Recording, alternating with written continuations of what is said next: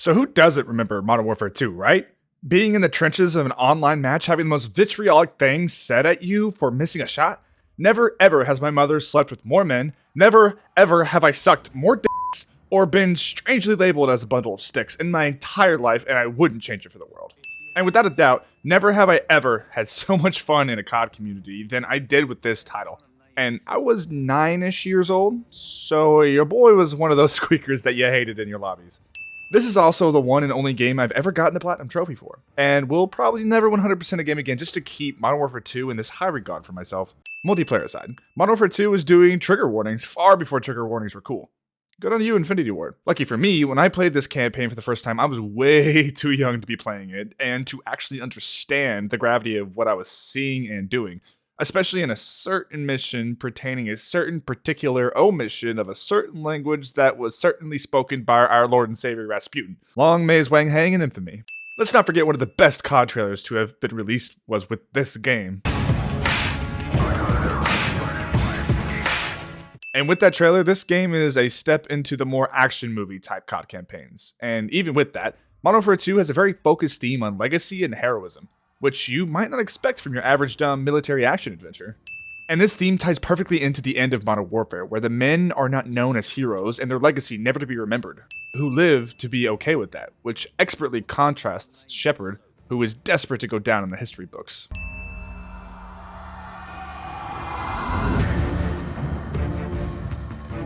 Modern Warfare 2's music is iconic. Or maybe I'm just nostalgic. Either way, the music here really gives a sense of urgency to the story. We thought we won just like Shepard, but like always with war, here we go again. This game is titled Modern Warfare and was set 7 years in the future from its release date. With that said, seeing these tendrils of information or technological signals remind us that war has changed. Another theme that permeates the Modern Warfare games. Nikolai's in hell right now. We're gonna walk him out. We take care of our friends. We get a nice little recap of the first game, with very pertinent dialogue to combat Shepard's ideology. We're treated once again to satellite imagery of our pre-mission briefings, which are very important to the scale of the conflicts that happen in the game world now. Threats and allies can come from anywhere now, and in this modern world, they've got to keep a beat on all of it. Kind of like what Shepard said, what happens over here matters over there. To an extent. And it's on display visually in these briefings. The more things change, the more they stay the same. What a line to open this game with. What I was just talking about previously confirms this statement by Shepard. Though this war is now modern, it still comes down to the same things that people have fought wars over since mankind existed. Ego, power, control, patriotism, nationalism, Helen of Troy. You get the picture. History is written by the victor. And here I am thinking we'd won. There's so much going on here that just bleeds efficient storytelling. First, we get a great display of show, don't tell, revealing that Zakhaev has become a martyr. Then the state of the US and Russia post Modern Warfare 1. And finally, we get a view inside Shepard's mind, and it immediately sets up his character and what he's going to be about throughout. Private Allen, show him what I'm talking about. From being the FNG to teaching the FNGs. I like the mix-up. Infinity Ward knows we've already been through training once and offers us the opportunity to flex on these guys. You've got to pick your targets by aiming deliberately down your sights from a stable stance. Never noticed before that there's a translator for these recruits. Remember, switching to your pistol's always faster than reloading. A line that unlocked a core memory inside 9-year-old me. Shooter gets to join the Prima Donna squad, if that's your thing. Any of you who saw me run the course in Modern Warfare 1 knows for damn sure I would never be offered a position in Prima Donna squad. I would like to say that I improved a bit. Wait. Shaun, cut. Cut! Cut! Cut, Shaun, cut! Shaun! Every fight is our fight. Because what happens over here matters over there. We don't get to sit one out. Shepard really drank the Kool-Aid on the USA is and should be the world police. Learning to use the tools of modern warfare. He said the title! Sure, it matters who's got the biggest stick, but it matters a hell of a lot more who's swinging it. The way Shepard speaks, it doesn't surprise me that he garnered a loyal squad of soldiers, was written the blank check from Makarov, and given control of the entire US military. He seems to know his history and put his own spin on wisdom on it that sounds damn near like we could read it out of a textbook one day. This is a time for heroes, a time for legends. History is written by the victors. Hopefully for him, he said that off the record because I can't see that aging well into history. But seriously, a man talking like this throws some unease onto us, as this much ambition, not tempered, will lead to things like the Zakhaev airport. Won't be speaking too much to the remaster here, but I like the added context of how Alan got into the position of staring at Shepard's big sexy stick, That's not better. Big Magnum. No, this isn't going well. Weapon of choice. In the background, we're seeing the equipment in our briefing being put to use. Get up, Private Allen! Rangers lead the way! Move! Leave it to Shepard to just throw his men into a firefight with no concern for cover or the enemy. Chocolate bar guy is gone in the remaster and possibly the most catastrophic blow to this game. I love Chocolate bar guy. Which building is it, sir? It's that tall one at 1 o'clock. Hey, which building? The one at 1 o'clock. Hey, Dave, which one is it? Is it the one on the left or the right? The one on the left. These little bits are the best, reminding us that these guys are just people still taking the piss, even amongst all this carnage. Isn't this danger close for the task force? Come on, since when does Shepard care about being close? When he's trying to set up his eventual takeover of the US military. Also some setup for the end of the game. A detail very potent in Modern Warfare 2 is civilians in a lot of missions. On one hand, it's to show or remind us of the everyman in situations like this. And straight from the devs on the other is to make us feel like a badass for some reason. To see these people cowering while we stay frosty and head into the lion's den is supposed to make us feel badass and powerful? At least that's what they think. This game doesn't focus on what the conflict does to civilians in their homes, but having our first mission fighting through an elementary school is visually striking, if not upsetting. Their feet wet? Imagine they're just about freezing right now. Shepard's got a bit of a sense of humor. Redeeming qualities. Nope, nothing about it was good. Hypocrite, have an ass calling others ultra-nationalists when he himself is one. The remaster is gorgeous, though. It doesn't feel as monumental as COD 4's remaster, as there was a lot more there to uplift, but it's so much better where it counts. The lighting and character models are brought straight up to the modern day standards. And the best part of the remaster is it never changed the feel or vibe of the game. Playing through today on this remaster is actually how I remember playing it way back in 2009.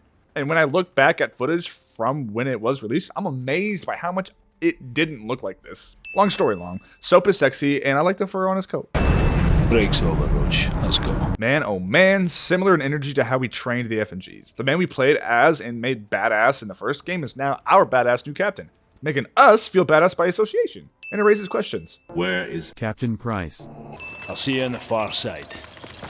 My man Soap isn't slipping today. Another core memory, that little head nod. Yeah. All the little animation touches aren't unnoticed in the remaster either. Use the cover of the storm to enter the base. You'll be a ghost in this blizzard. Gotta have our stealth mission, but like the mix-up of our two main ones using the snow as our cover. Y'all remember how hard you'd get flamed for using a heartbeat sensor in multiplayer? How else am I supposed to 1v3 Revenge 5095, You're the one that already got ass blasted by a guy named Sniffling Lime Zero. I missed pre- and post-game lobbies. That's the Soap I know and love.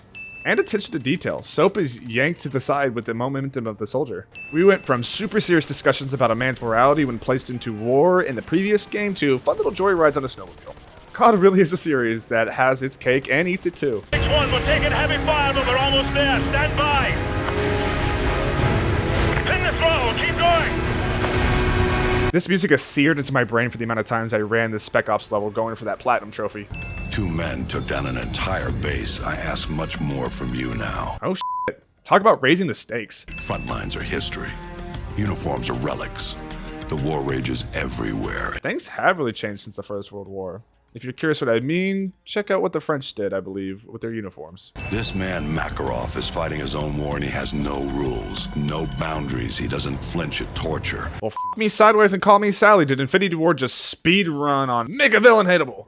I'll forgive it because we've got the real villain of this story, Shepard. That's much more nuanced in his goals and actions. He trades blood for money. Not the only one in this story that trades blood, right, Shepard? Snamibo. Translates to God is with us, which is interesting considering the narrative posed during the Cold War. And if you want to know more on what I mean by that, check out my Cold War video. And also horrifying knowing what was about to happen. Remember, no Russian. A line that has gone down in history. No context, no idea what is about to happen, no clues. Just follow Makarov's lead. And then one of the most controversial scenes in gaming history. When I played No Russian, I was a kid and didn't even think twice about shooting. Just did it because people in front of me pulled trigger. It wasn't until I was older and replayed this that I physically felt myself react to this and actually feel sick deep inside me.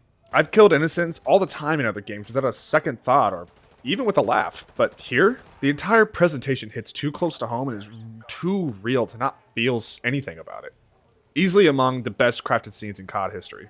You can only slowly walk. Having to soak up every moment of what you're doing just makes it even harder to watch. At least the elevators work.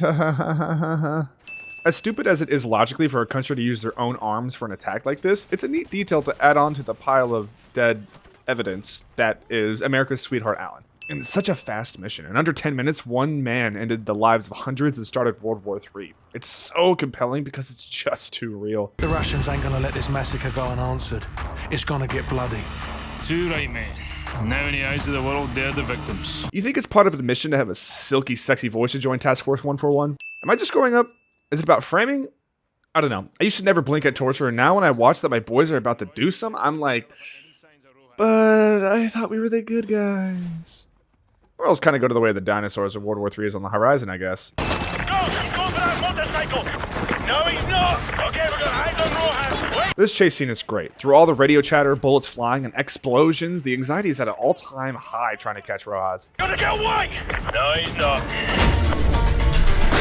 You know I gotta win the sauce. Command, ready for dust off. Send the chopper. Coordinates to follow. Bollocks, the skies are clear. Send the chopper now. Shepard tying up loose ends, getting Rojas and the boys to not make it out of Brazil.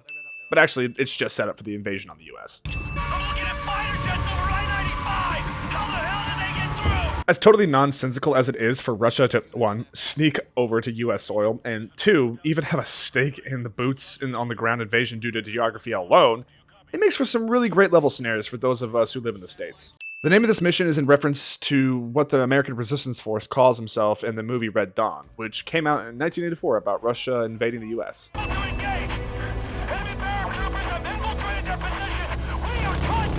The music seems to cry for the States, but I see it as a lament for both sides. As this war was to never happen, it was brought on because of one man's ego and resentment. Oh yeah. Burger Town, baby.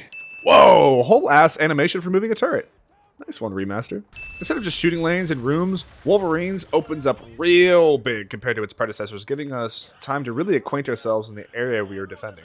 This section of the game is directly lifted from its real-life counterpart in Vancouver, having the buildings in the same locations and parodies of the restaurants there, such as Burgerville being Burger Town. It looks like a storm is over there, but when we turn around, it's a decently clear day with the sun shining through. The Bog of War really does turn the world into hell. We got 2,000 civvies in Arcadia. If you got a family there, it's your lucky day. We're gonna go save their lives.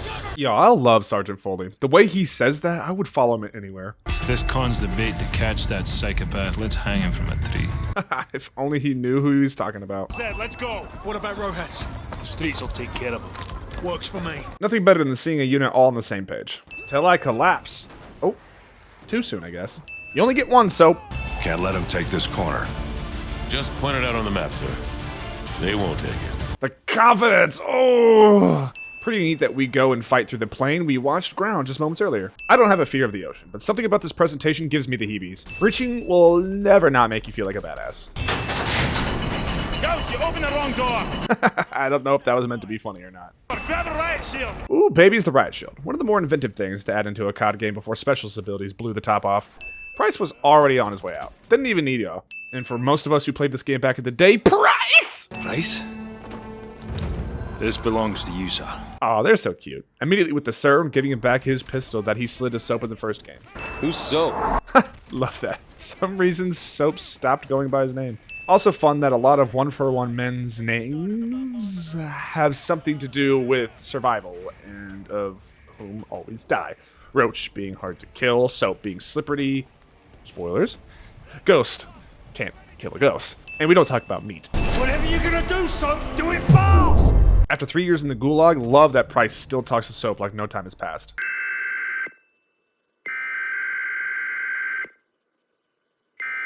This is the sound of nightmares, a sound I hope to never actually hear.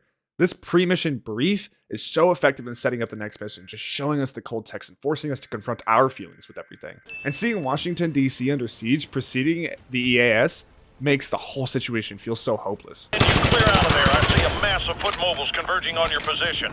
Negative, negative. I have eyes on enemy armor and helicopters advancing on the evac site from the south and southwest. Remember, use some of this ordnance to take out the enemy vehicle. Foley is the man. Totally could have just followed orders and disengaged, but stayed in the fight to help his boys. Remaster added in Ramirez looking at his hands. No way would he have gone down in this thing scot-free. Take this and stay down! Should take your own advice. Desperate last stands like this will always be exhilarating. Back from the brink, Captain. Out of the frying pan is more like it. This world looks more like hell than the one I just left. Price is one hard mother. Shepard, are you willing to do what is necessary to win? Always. And he's not lying. Left his river of blood to win a war he started. Makarov. No time, sir. We need to end this war today. Not even days after leaving the gulag, Price is cooking up ideas to swing the war in their favor. You've been in the gulag too long, Price. Focus on taking out Makarov. No time, sir. We need to end this war today. I'm not asking you, Price. I'll give Shepard this one though. If the US sees an ICBM heading towards them, if they can, they will be sending missiles back. Price was absolutely correct for having this plan. These Russian dogs are like pussycats compared to the ones in Pripyat. A little jab at all the player base loving having to fight dogs in COD 4. This was absolutely my favorite mission to play in Spec Ops. I would do it over and over again. And at that rate, the entire Spec Ops section of the game was solid. So much fun having all these different scenarios with different objectives other than shoot these guys till you win. No, you got me! The silo doors are open! I repeat, the silo doors are open! Price literally does not give any fucks. General Shepard, you warned us. We should have listened. Shepard could play the politics. He didn't want this nuke to happen, but it makes him look even better in the eyes of his men, so why not take the credit? The bright light that comes in, we think is the Hind about to light us up. I like the switcheroo Infinity Ward pulls on us, having it actually be the blinding light of the nuke. So who are the real heroes in this story? Price literally destroyed the ISS, but Shepard forced his hand? I started to throw the whole war out and not do it. I believe I just solved War Peace. Private Sandler with the big dolphin dive. And Sergeant Foley is just walking off that debris, crashing. Hunter 2-1 is just built different. Get it, Grim Corporal. Our weapons still work, which means we can still kick some ass, what? Damn, I was just about to say. The quiet of DC right now is so unnerving. I couldn't imagine how my ears would be feeling after the constant battle around. A place normally held in such reverence just ran through like it's nothing special. Everything we hold in such high regard falls away very quickly when it comes to things like war, and seeing this is a reminder to not place too much value on objects or locations, and instead put that into people and experiences. It also puts on display how fragile everything we've built over the last few centuries really is. Less than 2 minutes before they flatten the city. We got to stop that. Less than 2 minutes. Let's go. Oh, God, was I so pumped to get to the top of the White House when this music played, which you might recognize as the Ranger Victory theme in multiplayer. Done. Get the door. Hammer Down Protocol is a reference to Cloverfield, where the same operation was used to flatten New York. So badass, dropping all his weapons, lighting as many flares as he can carry in one desperate attempt to stop the fighters. Just all in for his country. I'm feeling the patriotism dripping in this moment of the game, and I love it. I cannot help but think that this man is possibly Naruto running for his last moments on Earth. Sign detected at Whiskey Hotel. Aboard. We got a countersign. Abort mission. Am I the only one that got goosebumps? Makarov's men are going to do whatever it takes to keep us from leaving with his intel. Listening to all this military chatter is just so entertaining. I knew there was nothing exactly that was going to be a win here, but listen to the 3 minutes of them setting their plan because I was just drawn in and accidentally found my win. We can actually find all the plans to No Russian here at the estate. That's one less loose end. And all our hearts broke. I gotta give it to Roach, trying to get after Shepard, though he knows it's over. Come in, this is Price. We're under attack by Shepard's men in the boneyard. So, hold the left flank. Do not trust Shepard. I say again, do not trust Shepard. So... Shepard only launched the attack on Price after recovering the DSM, so there was no way Price could have warned the boys, which makes me feel a little bit better, but it still breaks my heart hearing him try to warn them. That betrayal took Modern Warfare 2 from a bog standard World War III game to something to be remembered. Never forget the great war quotes that we get every time we die. Give me what you got, Shepard, and I'll take care of the rest. I know you can hear me on this channel, Makarov. Desperate times, am I right? The enemy of my enemy is my friend. Price, one day you're going to find that cuts both ways. Shepard is using Site Hotel Bravo. You know where it is. I'll see you now. Looking forward to it. Give my regards to Zakhaev. God, that's awesome. Just straight animosity towards each other, but we gotta take out the big fish before we get focused on each other. Looking forward to it. Give my regards to Zakhaev if you get there first. Price never misses with his one-liners. We got one good UMP. They've got 1,000. We don't even know if Makarov's intel's any good. Price? Price? Because out of all our vast array of nightmares, this is the one we choose for ourselves. We go forward like a breath exhaled from the earth, with vigor in our hearts and one goal in sight. Poor Soap. He's over here trying to think of a plan, and Price is figuring out that he's a protagonist in a video game needing to give a badass final speech before the final mission, while Soap just sits there like, I'll wait for you at the exfil point. 3 hours. Don't bother. This was a one-way flight, mate. Then good luck, my friend. oh, that sigh. A sigh that says Nikolai already knows Price and Soap have said this, but doesn't want to subscribe to it. But not unlike how you should subscribe to my YouTube channel, GamingWins, and hit the notification bell, ding ding ding, just like old times. Getting to play as Soap for our last and final mission. Disciple 6, we've lost all contact with Disciple 5. Everyone in Shadow Company is labeled as Disciple, which is perfect since all these men are fiercely loyal to Shepard and have definitely drunk the Kool-Aid. I've got Disciple 9. Your rear guard just flatlined. Not possible. We just cleared that area. Nobody's that good, Oxide. It's Price. Grab a riot shield. Damn, does Price's reputation precede him? Fire mission. Target package Romeo. Danger close. Since when does Shepard care about danger close? Ah, there it is, finally. Cares because he's a little ego-driven baby boy, and it's all about him. Because all you need to change the world is one good lie and a river of blood. Damn, COD campaigns used to mean something. Hey, they entered the water properly. Nice.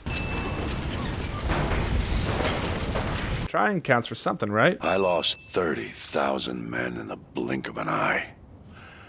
And the world just watched. That line really brings everything full circle. Shepard's anger isn't solely directed at the enemy, but to his countrymen as well. Hence his lack of empathy for their lives, like the ones he sacrificed at the end of the game, or even Alan. Brings back the line to, what happens over there matters over here. Originally it seems that he was talking about the USA with the East. The nuke wiping out 30,000 men should have been the catalyst for him seeing people enlisting in droves, caring about the conflict that the military is in.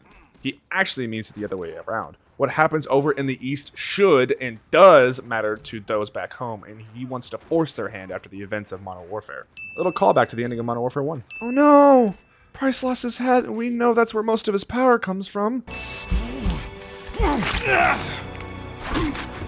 Soap is one hard motherfucker. This moment and a couple other moments are far superior in the OG, as the music takes much more prominent role in the sound mixing. So, I'm talking from the point of view of the OG Modern Warfare 2. The music building while Soap struggles to take the knife out on top of the super sexy knife flip makes for one of the most tense endings we've seen in the COD campaign. And yes, I don't care if it's not realistic to flip a knife like he does in the OG, it's cool! You see, Shepard expected the 1v1s this round Rust, but little did he know Soap was a final stand scumbag. Soap is all ready to die, but once he sees Price is alive, chooses to hang on a bit longer. Get yourself a friendship like these two. We've got to get Soap out of here. Nah. I know a place. What a cliffhanger. I remember anxiously awaiting the third game to see what the heck was going to happen after this. Keeping in line with the theme of history and legacy, each mission is recreated in the museum to tell the public the history of World War III. And what you'll notice is that there is no exhibit for the missions after Loose ends. Though Shepard died, he died similar to Zakhaev, a martyr for the people, and his history got written. For a time. Modern Warfare 2 is a certified classic. Doesn't matter when you started gaming. If you game, you know Modern Warfare 2 and its legacy. Hell, if you don't game, you've probably been affected by its legacy, I'm sure. This is when the gamer bro attitude of consoles really kicked off in full swing.